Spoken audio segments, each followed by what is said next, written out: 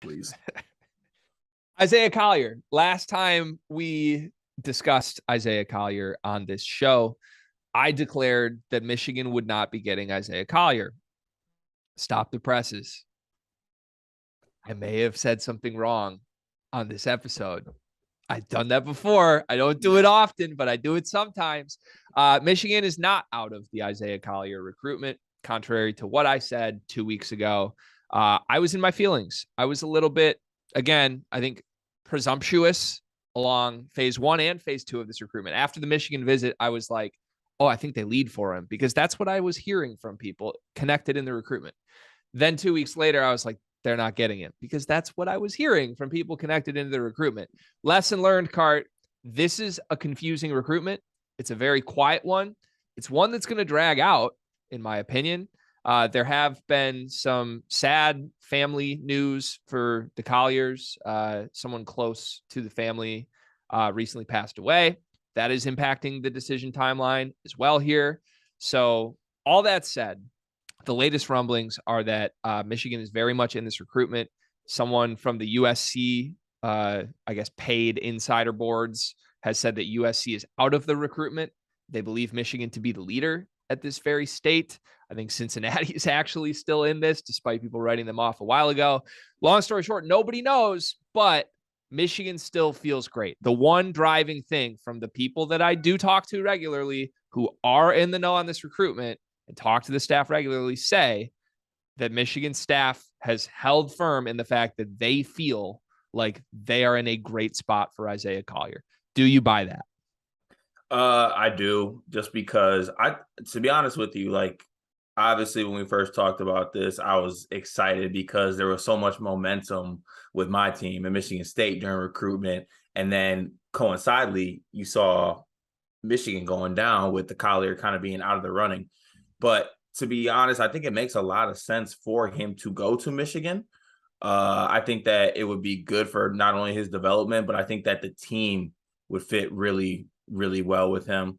Especially, let's say they get a senior year Hunter Dickinson.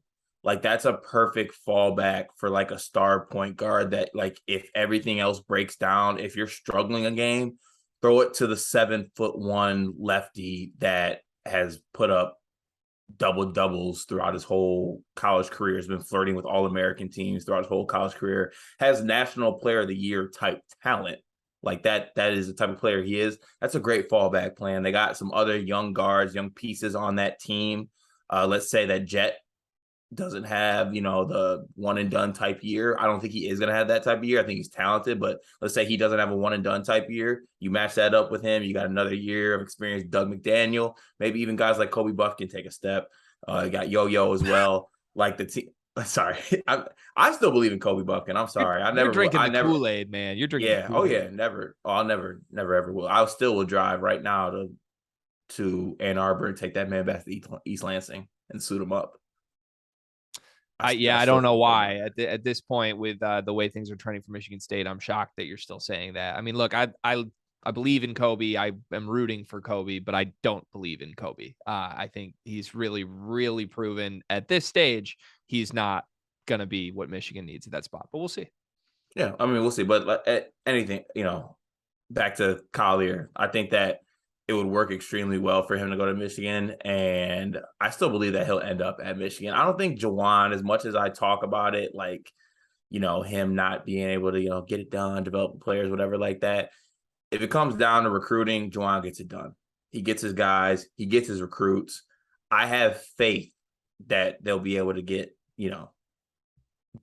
their guy in this situation. So hopefully y'all do. If y'all don't, I would chalk it up as a disappointment. Sure. Because I mean, obviously, like a school like UCLA, that's hard that's West Coast schools are hard to recruit against because, West Coast, he has family ties out to UCLA, correct? His brother's in California. Yep. But so like that's tough to recruit against. You got family pulling at you, you got West Coast pulling at you. That's extremely tough to recruit against. So, but if you can't beat out Cincinnati, like, I love Wes Miller. I think he's actually going to do good things at Cincinnati. They got a kid named Rayvon Griffin that's coming in this year that I really, really like. But that's just, that's a black eye in my book. So I think they end up getting Collier. He's a really good player. The more I watch of him, I would love to know like your player comp for him. He Ooh. gives me like Emmanuel Mudiay vibes, but like good. Like, you know what people thought Emmanuel Mudiay was gonna be? Yeah, I And could see that. the jumper's better. Like, I think he's a better version of that. Like Moody, I was like a 6'4" big guard, point guard. The jumper was a little shaky. That's the kind of vibes he gives me. Probably a better passer than Moutier. I'm not sure I'm pronouncing that right, but like same type of player. That's the vibes he's giving me. So I have a different comp, and I think you're gonna love the player. I don't know if you're gonna love the comp. Bigger Colin Sexton is my comp. Uh, Ooh, I don't know. I don't. What about? so I, You I think think he's a buck? You think he's a bucket like that? I do think he's a bucket. So the thing to me is people with Collier point to his frame, his physical gifts, his passing ability, his playmaking, like all of that is really high level. And honestly, I think all of that is ahead of where Colin Sexton was as a recruit and as a freshman in college. However, I think people really underestimate this kid's ability to just go be a dog and get buckets. That event in Chicago, I forget exactly what it was called. It was the outdoor game. What do you know? Game on the line. Isaiah Collier's hitting a step back Elite three. 24. Elite 24. Like Yeah. tough step back bucket for the game. Isaiah Collier. Like all that I've seen from film and game footage of this kid is whenever there's a moment, he gets a bucket. And when you mix that with the frame and the vision, then I think you have a really special prospect here. But I do think, like, to me, what I see as the most exciting aspect of him in the Michigan context is like, I think if he's Michigan's point guard, if he plays with Hunter Dickinson, you've got two guys who are going to score 15 points a game.